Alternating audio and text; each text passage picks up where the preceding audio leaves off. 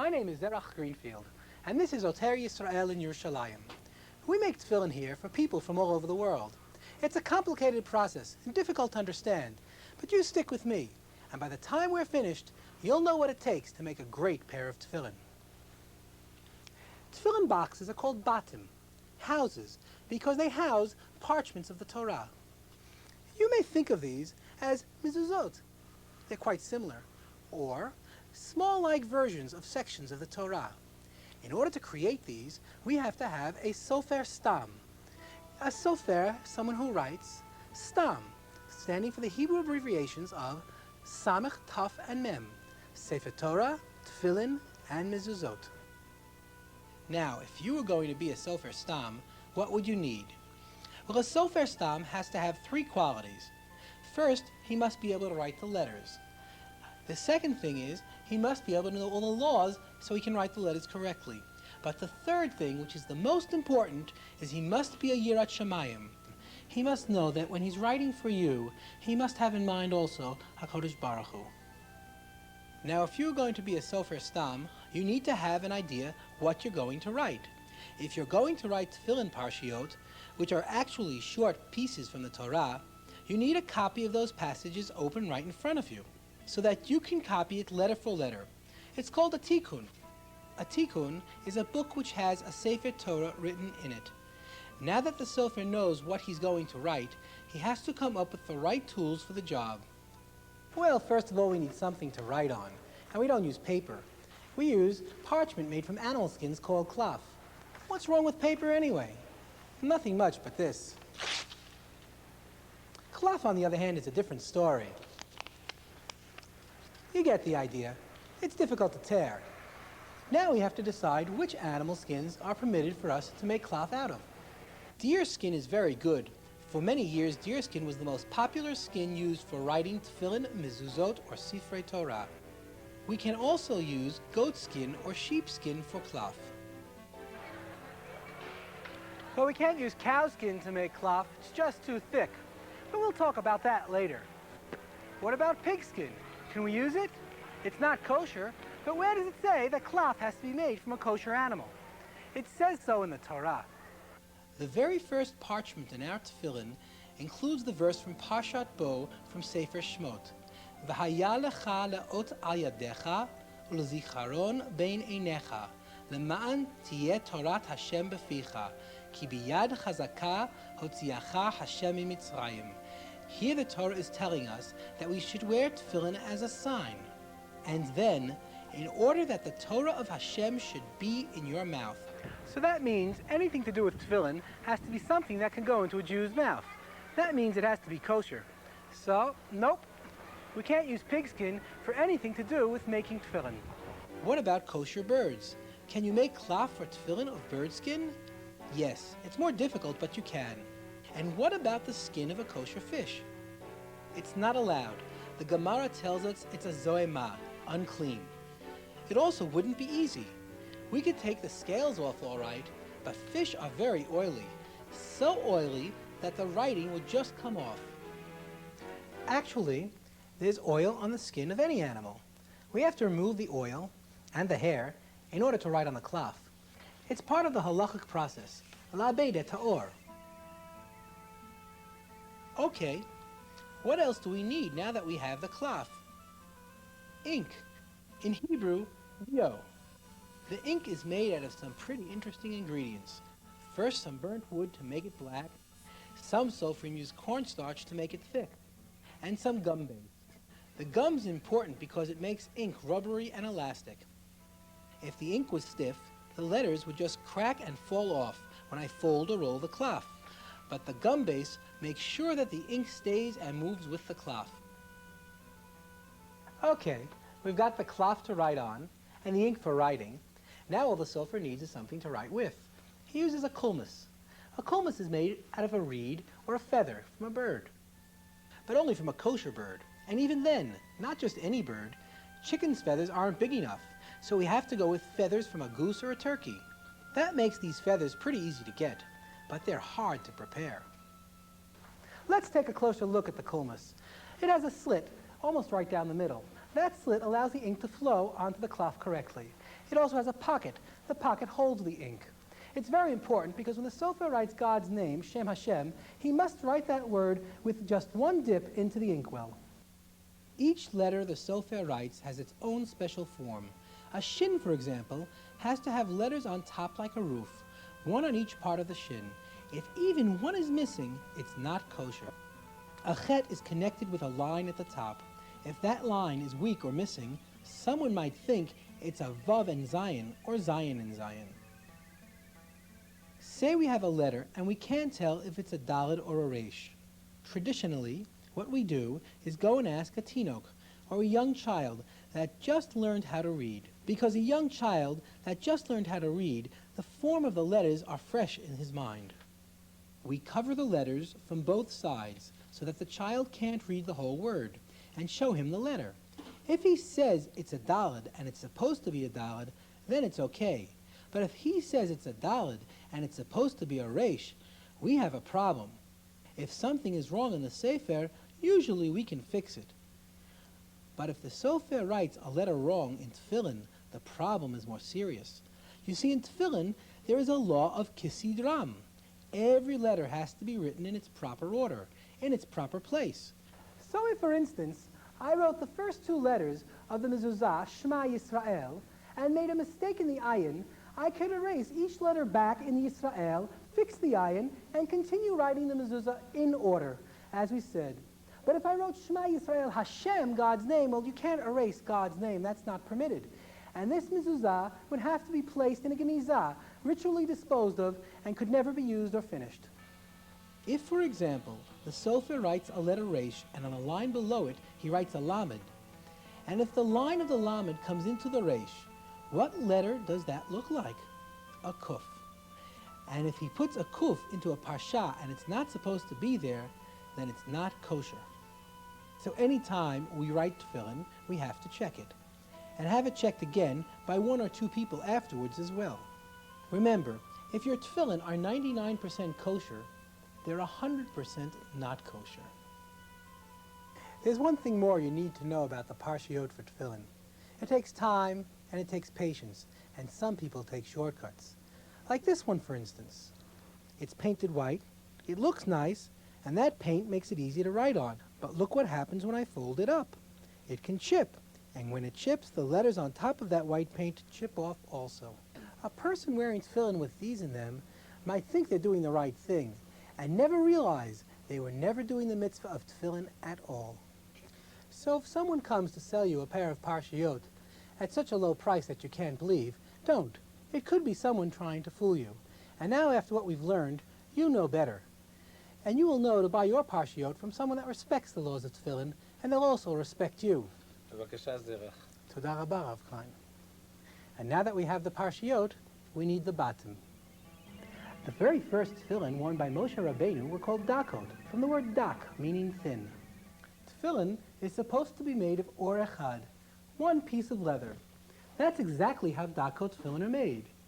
We take the wet leather, when it's soft and pliable, and stretch it over a wooden frame, like this. When it becomes dry, it becomes hard and inflexible, and I can remove the wooden frame, and it still holds its square shape. It was the easiest way to make tefillin, and people did it for thousands of years, but it had problems. The main problems they found with it was that tefillin made this way often broke. The thin dark leather stretched out would tear easily, and those tears would make tefillin not kosher.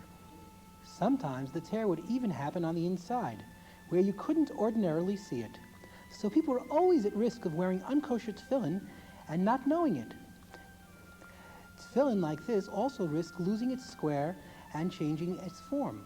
And even if the tear was on the outside, where you'd know about it, who wanted to have tefillin that broke so easily and it needed replacement all the time? So people looked for another way to make kosher tefillin. Now the rabbis have a concept of devek lo ma'akev, meaning that using glue doesn't necessarily ruin the mitzvah of tefillin. By putting two pieces together, one makes one piece of leather or echad. So people came up with a new system for making tefillin stronger and more durable by using glue to hold different pieces of leather together. These tefillin were called pshutim, and they seemed to answer a lot of problems. They had more body and held up better than gasot, and wouldn't tear so easily inside or out. This method had problems too. Many of the rabbis didn't agree that by gluing two pieces of leather together, I could make kosher tefillin. And there were other pretty serious problems too. We wanted to make these tefillin inexpensive. And by making them inexpensive, many people, unfortunately, started to fool themselves. And then they even went as far as cheating others. They glued pieces of leather together in ways that didn't allow the tefillin to be kosher. Kosher tefillin shel rosh, the one you wear on your head, need 4 separate compartments to be kosher. But sometimes people glue these pshutim together in a way that didn't make these compartments separate, and that's not kosher. The outside of the tefillin shel rosh needs a shin coming out of the leather. It's very important that the shin really be a part of the leather itself and not glued on. But some people began to glue it on from the outside, then cover the whole thing with shellac so that customers couldn't tell it wasn't part of the leather. It isn't fair or honest, but many people are fooled this way. And even when very honest people try to make these tefillin, they still have problems. Remember, they're held together with glue. That means if they should tear or crack at a corner, you've got a hole in the tefillin, and that's not kosher. The fact is that though some pshutim are kosher, most are not.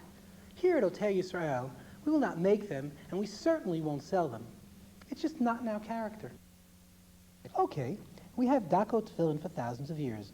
They were certainly kosher, but they are also fragile.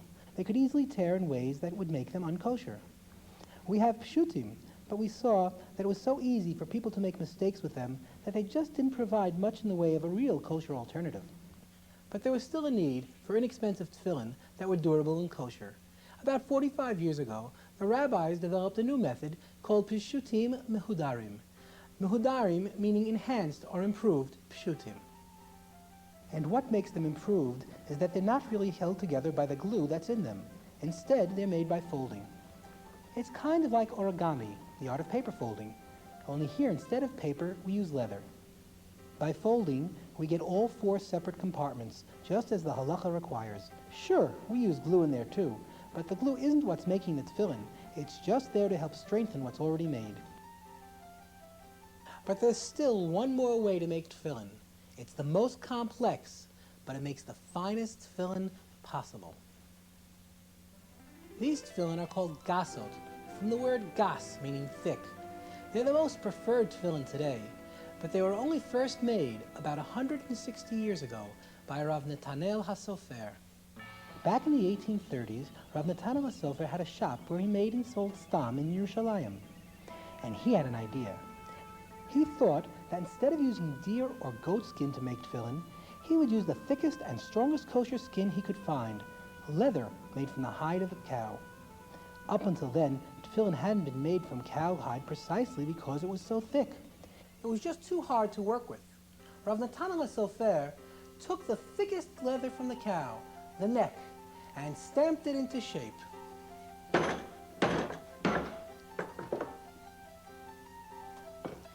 Then he put it into a lime solution for 3 months, soaking it until it became soft and pliable. So he took the hide and he pressed it into this very old-fashioned kind of screw press. Turning the screw on the press allowed him to apply a great deal of pressure to the skin, slowly changing its form. It took 9 months in different presses to form that tough hide into shape, but after 3 months in the lime solution and up to 9 months more in the presses, Rav Netanel HaSofer had produced gasot tefillin, the most durable and consistently kosher kind possible.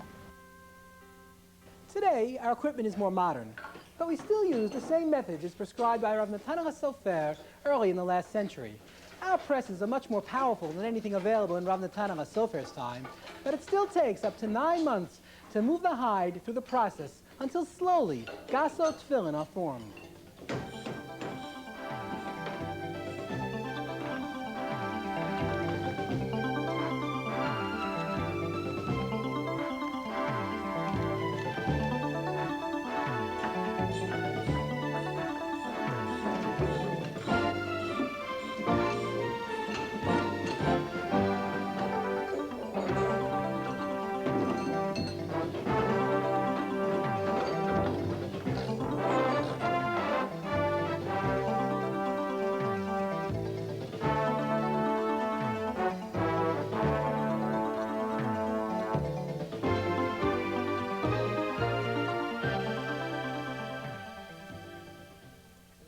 mentioned earlier that the tefillin shorosh is marked with the letter shin. Two of them actually, one appearing the usual way and the other side with 4 strokes instead of the usual 3. The reason behind this are part of the deep mysteries of the Torah that many of us don't get a chance to study, but we can understand a little of what's implied here. The numerical value of the Hebrew letter shin is 300, so 2 shins equals 600, of course.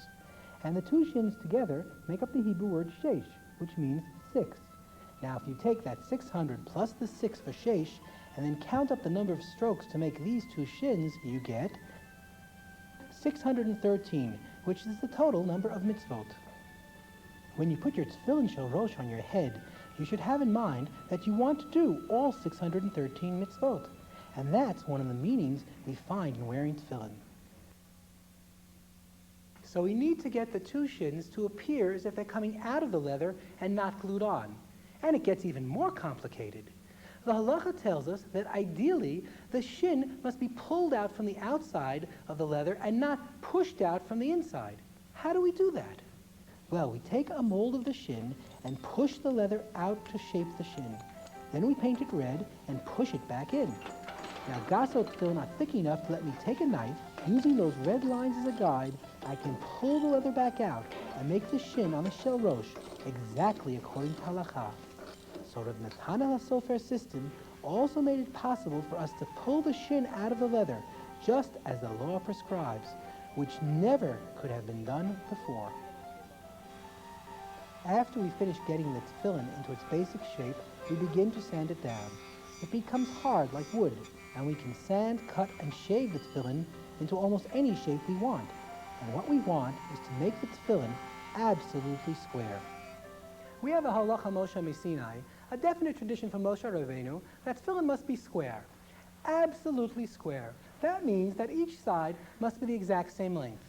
Now the Torah wasn't written for people that have micrometers or microscopes in their back pocket. So if your tefillin appear to be square, then you probably don't have to check them any further. But here in our factory, part of our duty to you is checking a lot more carefully. So we do measure each and every pair of tefillin we make here. And we don't put our okay on a tefillin if one side is longer than the other by even 1/100 of a millimeter. After we've got the tefillin perfectly square, we're ready to insert the parshiot. 1 in the tefillin shel yad, the tefillin for the arm, and 4 for the tefillin shel rosh, 1 for each of the compartments of the tefillin we wear on our head. We roll the parshiot and then tie them with strands of the calf's tail. We put them in a piece of cloth and tie them again with the fibers from the calf's tail. We have to be very careful to insert the parshiot in the correct order. But what is the right order? In Jewish law, we have 2 different shitot, ways of approaching the problem of how one places the parchments into the tefillin. We have Rashi, who tells us that they should be placed in the order that they appear in the Torah. And we have Rabbeinu Tam, his grandson, who tells us they should be placed in the order of the mitzvot. Both seem logical. Which one is right? About 30 years ago, archaeologists found tefillin that were over 2,000 years old. Some people thought that these were the oldest tefillin in the world. So when they opened them up and found the parshiot in the order that Rabbeinu Tam said was correct, they assumed that this was the true order. Of course, it wasn't long before archaeologists found other tefillin, just as ancient, and opened them up to find that these parshiot were inserted in the order that Rashi brings. All it showed is what any rabbi was saying all along, that both approaches have a halachic basis. Once the parshiot are in correctly, we sew the tefillin closed with gid, which is a tough string made out of the cow's sinews. We have to be sure that the gid overlaps on every side, and make sure that the tefillin is sealed well all around. Once gasot tefillin are sealed properly, they're set. All the other kinds of tefillin, dakot, pshutim, and pshutim uhudarim, have to be checked periodically, since something will inevitably go wrong. But with properly sealed gasot tefillin, they don't have to be checked, unless you suspect something's wrong with them. That's why gasot tefillin, the most expensive tefillin, is also the safest and most economical. Once the tefillin are closed up, we paint them. It takes approximately 15 coats of paint to do the right job. We sand it, then paint it, then sand it and paint it again and again, slowly allowing the paint to be absorbed into the leather. It's a skill in itself because you have to be patient, persistent, neat, and clean. It takes us up to 3 weeks to paint the tefillin, but we do a beautiful job. Of course, you can't wear tefillin without ritzuot, straps. There are actually 3 kinds of ritzuot. The lower grade kind is less expensive but doesn't hold that well. Then there's top grade cowhide, which is much more durable. And finally, there's what's known as avodat yad, handmade straps. But whatever type you use, the halacha says that it must be painted black. Now, tefillin are meant to be worn, and over time, wear and tear will cause cracks and peeling in the straps, and the straps won't be black anymore. What do? Today, most shoe polishers are made from chemicals, and you can simply paint your own ritzuot. Here in the factory, we have paint made especially for tefillin. It may seem funny, but the hardest part of the mitzvah tefillin may be buying them. Let me give you an example. If someone would come up to you and offer you a compact disc tape with 4 TDK speakers and an FM tuner and tell you it would cost you $10, you wouldn't believe it. Neither would I. That's because we both realize that for $10 one could not possibly buy all those components. Now let's suppose someone offers you a pair of kosher tefillin for $100. After the process that we've learned today, is it possible to buy a pair of kosher tefillin for that price? It takes a sofer many hours to write the parshiot. Preparing the bottom is also a long and expensive process. Remember, it took 3 months to soak the hide and up to 9 months pressing it into shape, followed by craftsmen who square, sew, sand, and paint the tefillin. The whole process takes up to a year and involves about 200 hours of actual labor on every pair of tefillin. Remember, you're the consumer. You have the right to know what goes into your tefillin.